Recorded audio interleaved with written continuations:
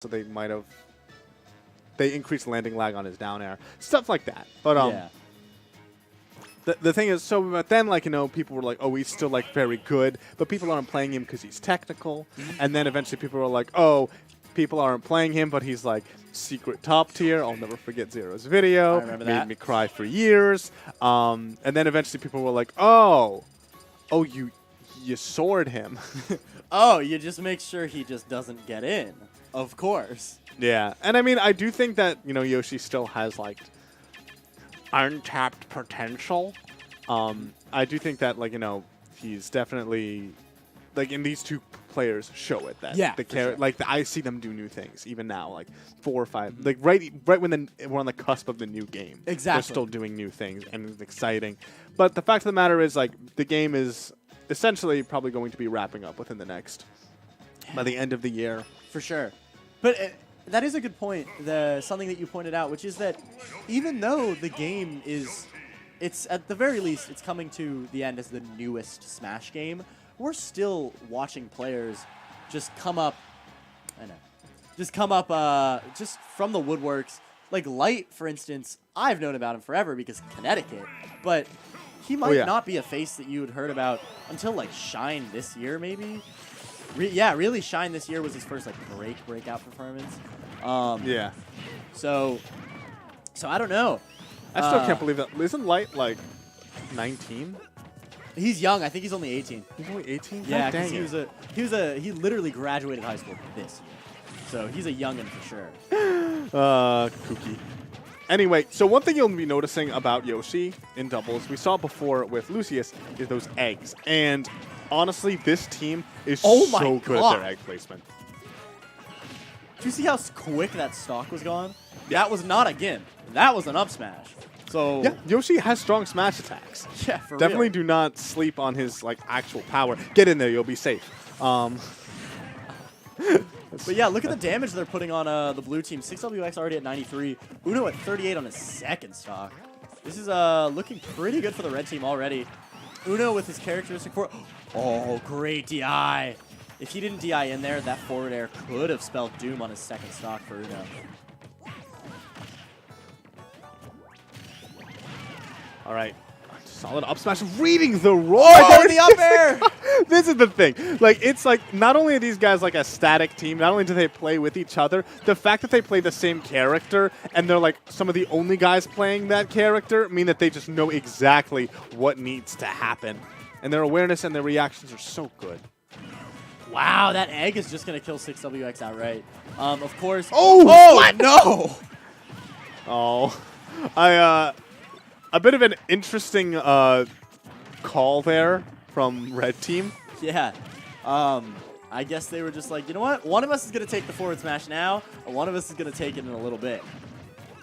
And now the blue team getting themselves a little bit back into it with that little double kill, but still they're sitting down in both percent and stock.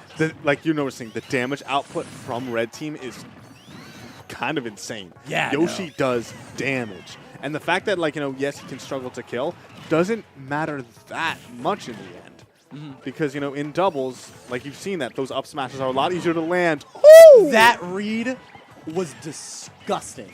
He knew that 6WX was air dodging there. But yeah, as you said, like, I remember talking about how the weaknesses of your character get augmented if you're playing two of the character. But the strengths do as well. And Yoshi, who's an incredibly high damage output character, is going to just absolutely put on a ton of damage in a team comp like this. Okay. Both of Red Team with stage positioning right now. And Blue Team has been they've been receiving more and more damage. Oof. Oh, that bottom facility could be huge, but he gets out of it. Right now, everyone's in the red to the point where that was really, really good trade. That was actually an amazing trade for Blue Team. Yeah, Blue Team looking good right here in the end segments of the game. They twice got little situations where they were able to kill both Yoshis at once, or almost as once in this case of the shield break. And now this is tough.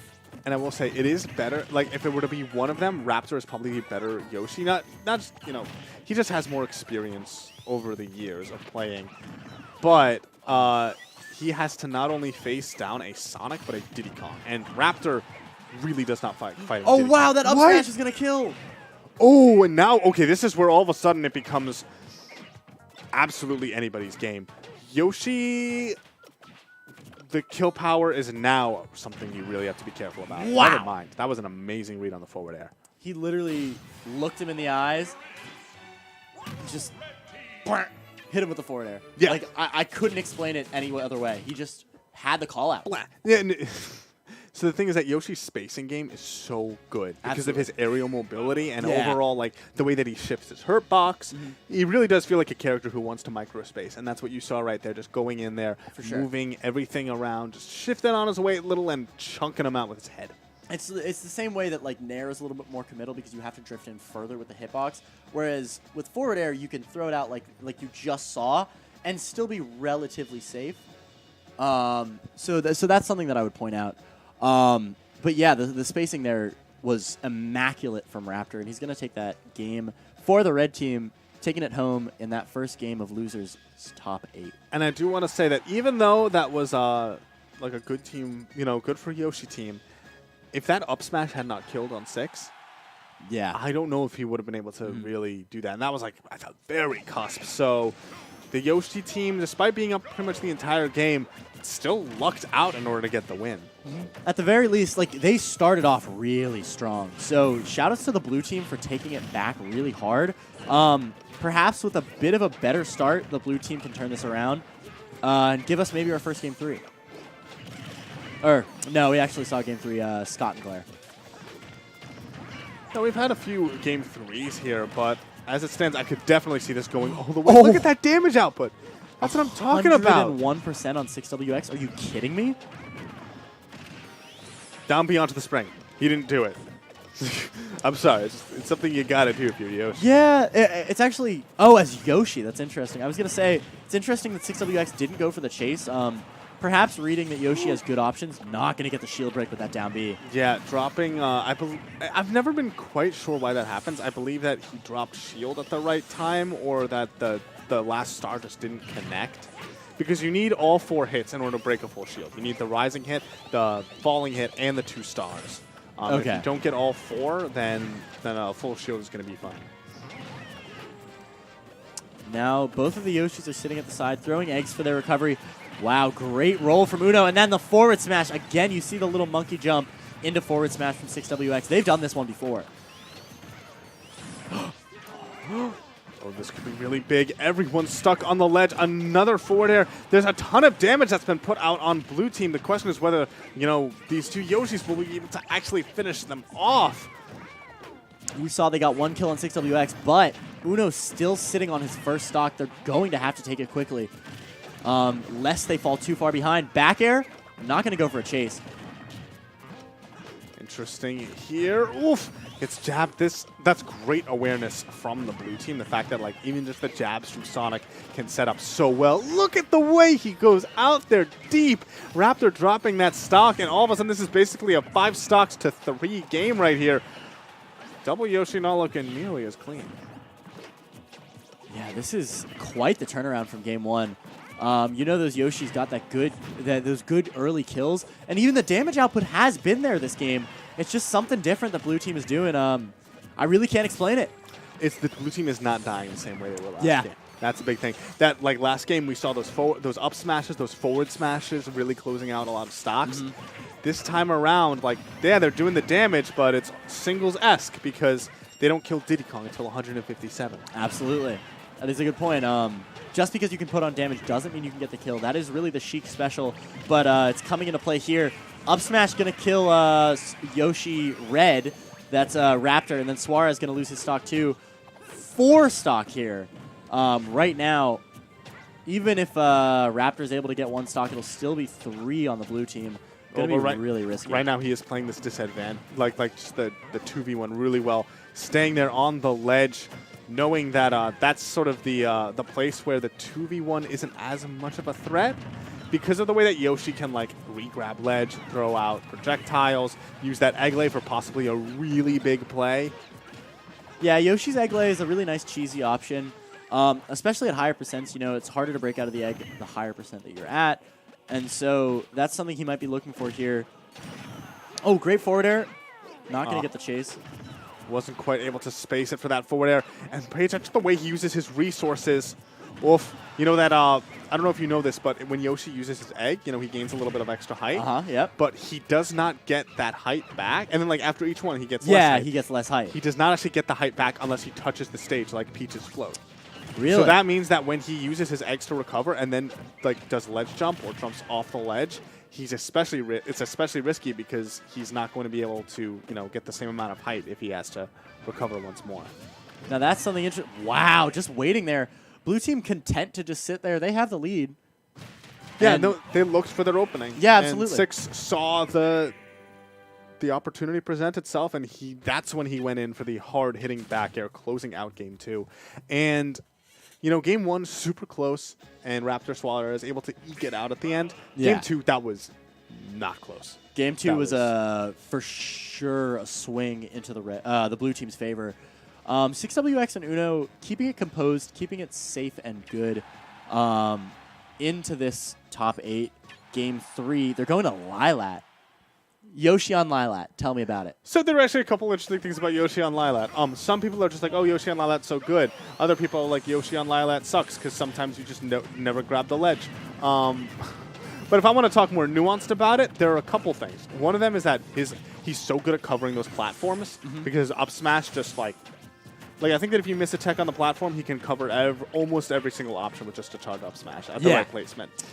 And then on top of that, this is one of those more little niche things that you might not really see Red Team take advantage of, is that because of the tilting, some moves that normally do not auto-cancel out of a short hop for Yoshi will actually auto-cancel. Really? The two most notable ones are if you have a huge tilt, down air will auto-cancel. And even if there's a slight tilt, like I'm talking like slight tilt, back air auto-cancels, which is actually really good for Yoshi because A, it becomes a safer kill move to throw out. It becomes a combo starter. Really? Because yeah, no, you can get back air to back hit up tilt at low percents. I can imagine that. And then all of a sudden, up tilt does like 40%. Yeah, because back hit up tilt, that sets up into up air. It sets up into another up tilt at low percent. If they're not DIing right and they're a little bit heavier. But right now, they're not taking advantage of it because they're both stuck at this left side trying to recover. That might be it. Yeah, it looks like it. Oh, you saw he threw the egg trying to intercept. He knew that he couldn't stop the throw itself, but he's like, if I can snipe my teammate with the egg, it saves them. It's actually such a good saving tool. Yeah, absolutely. You've seen some of those saves. Not so much this tournament, but oh wow, great back throw into up air. That actually took a little swing for the red team into their favor. Double jab. Yeah, and also one thing you noticed there, Yoshi actually his grab scales a lot with rage. What a gimp on 6WX. Lilat tilting just away from him as he goes for that up B, and he lost that stock at 12%. And not only that, Suarez dodging the bullet once more, not getting hit by the up smash in full. And Team Yoshi looking pretty good right now, actually. Uno just took 82%. Yeah. That was brutal. And now that Suarez is still alive at 169, which means that, yeah, he actually has kill power as a Yoshi. Look at that. Oh, wow, falling out of that up air. Finally, blue team takes out Suarez, but that's like really too late in the game to be congratulating yourself on that. Already, yeah, look at this. That might be it. Yep, the down B, really strong kill option, finishing off Uno, and now it's 2 stocks to 4. This is an interesting situation for the red team. They are going to have the opportunity to just kind of like ride it out, and with the damage output that Yoshi has, it doesn't seem like it's going to be too difficult to keep this lead. The only thing is that like there are easy ways to kill Yoshi early. That's not necessarily easy, but the Yoshi has to play very carefully. There are always footstools. They're always just like knocking him away out of his jump. So in terms of getting comfortable, like red team can't overextend or anything like that. Yeah, no, absolutely not. I don't want to see the red team go off stage at all, honestly. Because Yoshi, he's a heavy boy. He's not going to die to something crazy if he's staying in the middle of the stage. Yeah, look at that. Look at that DI, 169. Oh, trading places with his partner. I think that did actually, you know, keep 6WX alive, but he's like Uno's still eating the damage for it, and we're getting to the point where. Whew, what a target switch from Raptor there. You saw he air dodged around 6WX, but now both of the Yoshis losing their stock. Red team still in the lead, gonna get that up air, and now this is looking very bad for Uno. Yeah, and that's one of those things where if you play against Yoshi in singles, you're just like, I just got to shield at this point. What's the worst he can do if I shield? That's the worst that he can do. Absolutely. He actually takes you out. Fantastic stuff from the double Yoshis. Moving on in bracket, where I believe they're going to fight the loser of the next match we're going to see, I believe. It looks like... Oh, they got Dying on Light next. Oh, no. Oh, yeah, because they lost to... yeah. They lost to DeBuzz and Fatality in winners. So now Dawn and Light sitting down, and it looks like they are going to play against the Yoshi team again.